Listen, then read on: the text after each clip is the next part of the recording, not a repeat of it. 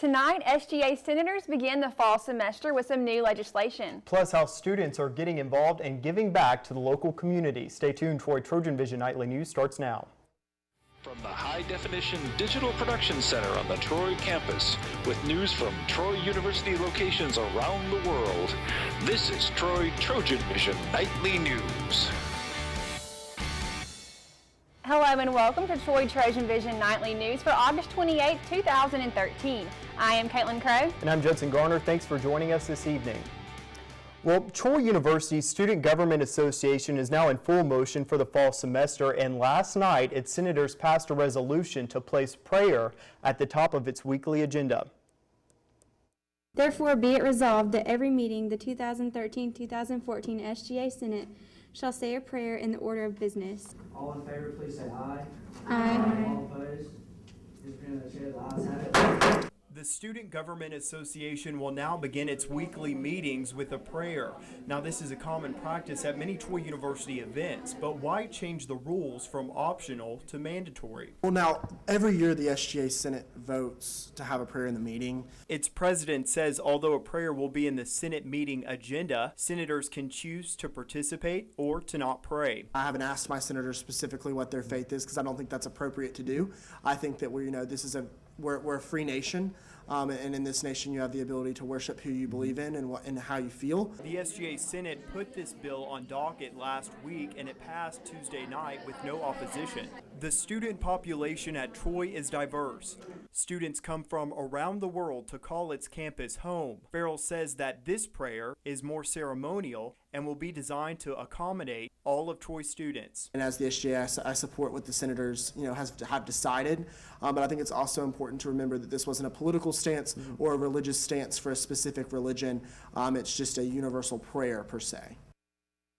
To contact the Student Government Association, you can call 334-670-3212 or visit during regular weekday office hours in the Trojan Center Room 215, and all of that information is available on troy.edu. The home opener for the Trojan football team is this weekend, and with it comes some big changes to the tailgating experience for both fans and particularly students. Amanda Ford has the details. It's game week at Troy University, and many changes are being made to game day, including the tailgating location for students. The biggest change that's being made to the schedule this year, especially for the first game, is the location of tailgating and for the pep rally. Starting off, the pep rally is going to be behind the new Trojan Arena on the intramural fields, and then on Saturday we're going to be tailgating instead of on the Shack Quad. We're going to be tailgating back there as well. Lots of student organizations have bought tents. We encourage other students just to come out and tailgate, and those are really the biggest changes, really a new tailgate location and the entertainment that will go on during tailgating. With all of the changes being made for game day, the UAC is even providing entertainment after each pep rally and before each game right here behind Trojan Arena. There'll be two bands after the pep rallies, and then the day of the game there'll be two bands and then a break, and then time for everybody to go to the Trojan Walk. The UAC has done a great job of providing entertainment for the students, especially during tailgating on Saturday, and they've provided bands for the pep rallies. There will be 2 days filled with activities. Starting on Friday, August 30th at 5:30 will be the pep rally, followed by a performance by the band Sold Out at 6 o'clock, and at 8:15 the band Moondance will perform. And on Saturday, the Park Band will perform at 1:30, followed by the Trojan Walk at 3:45, and at 4 o'clock will be a performance by the band Trotline, who will play until kickoff. Amanda Ford, Troy TrojanVision News. Once again, the tailgate festivities kick off with the pep rally at 5:30 on Friday, and the Trojans and the Blazers face off at 6 o'clock Saturday night in Veterans Memorial Stadium. Well, earlier today, organizations from around the community gave students a chance to learn more about volunteer opportunities. That's right, Caitlin, and Jamarlo Phillips reports on how some students are hoping to give their time in order to spread some positivity. Wednesday afternoon, the Office of Service Learning and Civic Engagement held a volunteer fair on Bibb Graves Quad. Over 15 agencies were in attendance from the surrounding community and attracted nearly 300 students. Had a really good student turnout because it was on the quad, and we had a lot of walk-up traffic and things of that nature. Haven't done the official tally yet, but I would estimate somewhere around 300 students. Students had the opportunity to connect with agencies in need of volunteers to help make a difference here in Troy. I'm already involved in a couple of the organizations because of my sorority. So I like to do as much as I can, and that's a big reason I did a lot of these. I came out for Child Advocacy Center and Habitat for Humanity and Boys and Girls Club, but they're very important clubs, and I feel like I'm so pleased to have them in my community. I actually came out today because of my orientation class, and they wanted us to get involved in the community, so we came out here and we got involved with Noble Manor, and we also did a hazard group. Agencies from around the community say they were overall pleased with the amount of students interested in volunteering. I feel like today was very successful. We're a very new program, having just gotten the grant for this program in this past spring, so it was great to get the face time to be able to talk to new students, especially incoming freshmen that don't know what we're about. And I'd say it's very successful in the amount of students we were able to reach and provide information to about our program. I had plenty of volunteers to sign up today. I was very pleased with the turnout today. It was wonderful to be outside, so I think it was a great idea and a great change. So we're looking forward to having a lot of volunteers at Noble Manor. And I think today was a big success. We had a lot of students come through, a lot of interest, got a lot of volunteers signed up, so that's a good thing. Jamarlo Phillips, Troy, TrojanVision News. And if students miss the fair but still want to find a way to volunteer, they can visit Sealand and the Center for Student Success in Eldridge Hall, room 115. And now taking a look at news from around the state. In Montgomery, the church where Martin Luther King Jr. served as pastor joined many other locations in ringing bells at the moment when King gave his I Have a Dream speech 50 years ago today. The bell ringing at Dexter Avenue King Memorial Baptist Church was held at 2 p.m.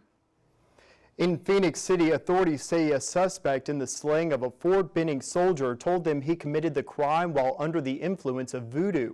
Russell County Sheriff's Sergeant Grover Goodrich testified at a court hearing today that Michael Money Mike Tucker gave a written statement saying voodoo and voices in his head led him to kill Sergeant First Class Donald Lashin Wilson in Russell County, Alabama, which is just across the state line from the Georgia base.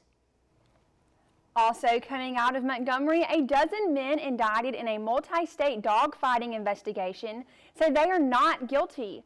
The men entered their pleas today in federal court in Montgomery. And still to come on TrojanVision Nightly News, the football home opener is this weekend. But for one key piece of the defense, it will be his first time on the sideline since 2008.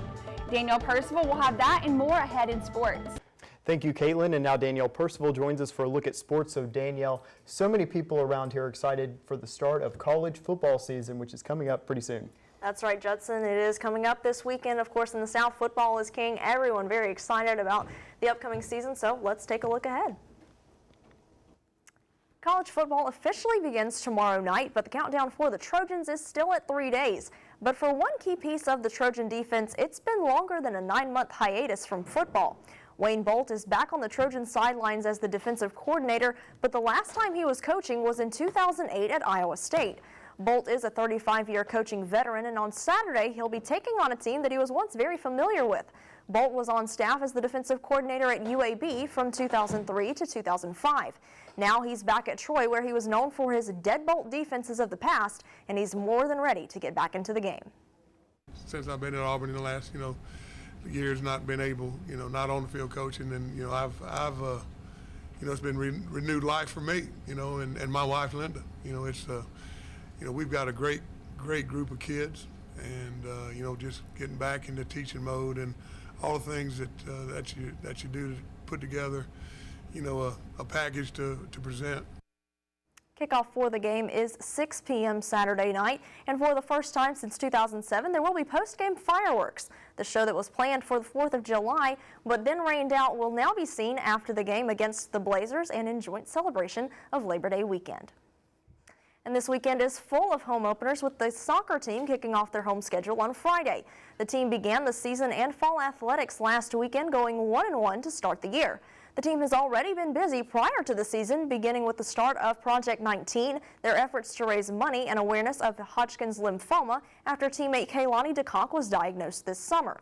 While the team is busy planning events and fundraisers for Project 19, head coach Chris Bentley doesn't believe that will be a distraction this season. In fact, he believes it will be beneficial.